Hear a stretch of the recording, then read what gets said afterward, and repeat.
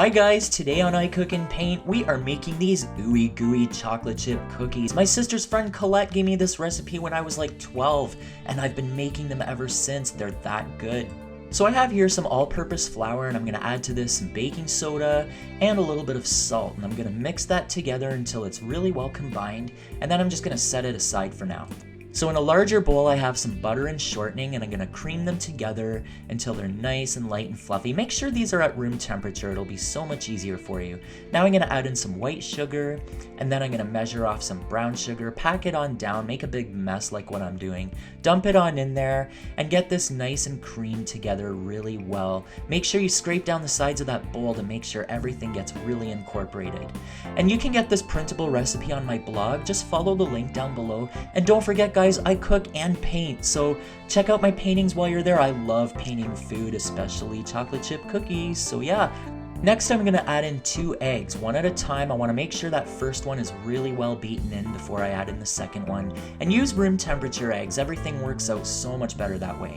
Now I'm gonna add in a teaspoon of vanilla extract. And now I'm ready to start adding in my dry ingredients. So don't use the electric mixer anymore, do this by hand. And I usually do this in about 3 stages or so. And then I wanna make sure that when I mix this, I don't overdo it. So I want there to be lots of traces of flour left over. You see how you can see a lot of the flour in there? That's because when I add in my chocolate chips now, this dough isn't gonna get overworked and tough. So go ahead and add in a cup of walnuts if you want to as well, or pecans, or you don't have to do this. This is totally optional. Just stick with chocolate chips if you want, and just mix this together until it's thoroughly combined. So now it's time to start dropping this dough onto cookie sheets, and I have these lined with parchment paper, but you could also use Silpat or silicone, or you could just grease the cookie sheet itself and put them on there. And these cookies are going to expand quite a bit, so make them nice and high and make sure there's a good amount of space in between each cookie. I usually fit about 12 on these sheets.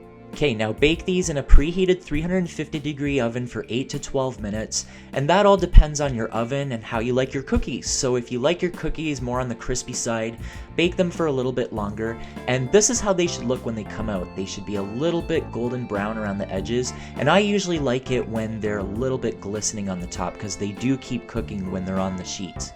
And this, my friends, is how you make the best chocolate chip cookies ever. Hey, did you like what you just saw? Then what are you waiting for? Hit your subscribe button, and I will see you very soon. Bye.